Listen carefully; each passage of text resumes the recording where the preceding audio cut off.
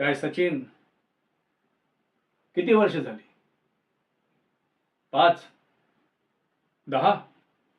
काय रे, एकटाच बडबडतोयस?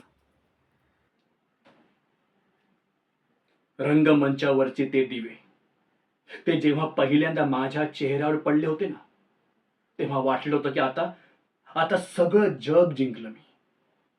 पण आज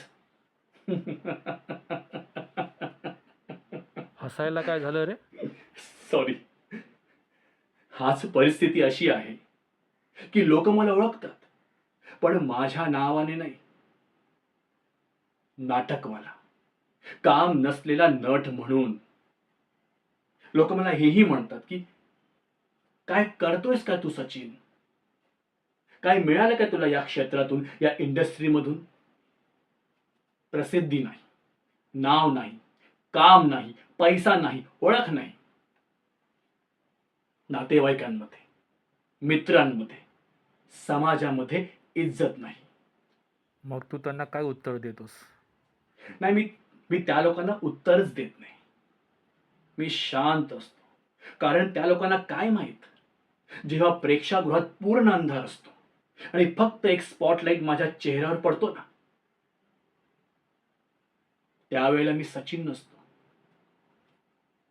मी राजा असतो, मी भिखारी असतो, मी इन्स्पेक्टर असतो, मी चोर असतो, मी डॉक्टर असतो, मी पेशंट असतो, मी बिझनेसमॅन असतो, मी क्लायंट असतो, आणि हा, हिरो सुद्धा असतो.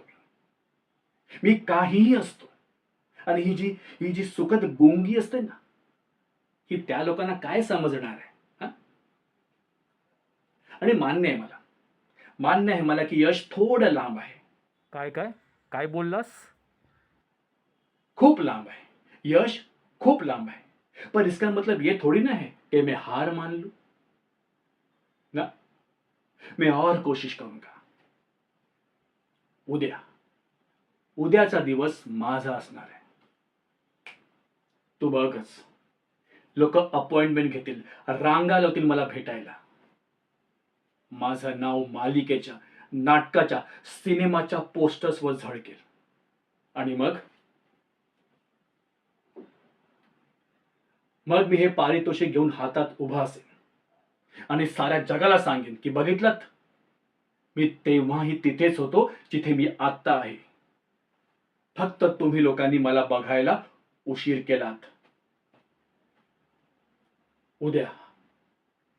उद्याची सकाळ माझी आहे आणि त्या सकाळसाठी मी पूर्ण उमेदीने सज्ज आहे.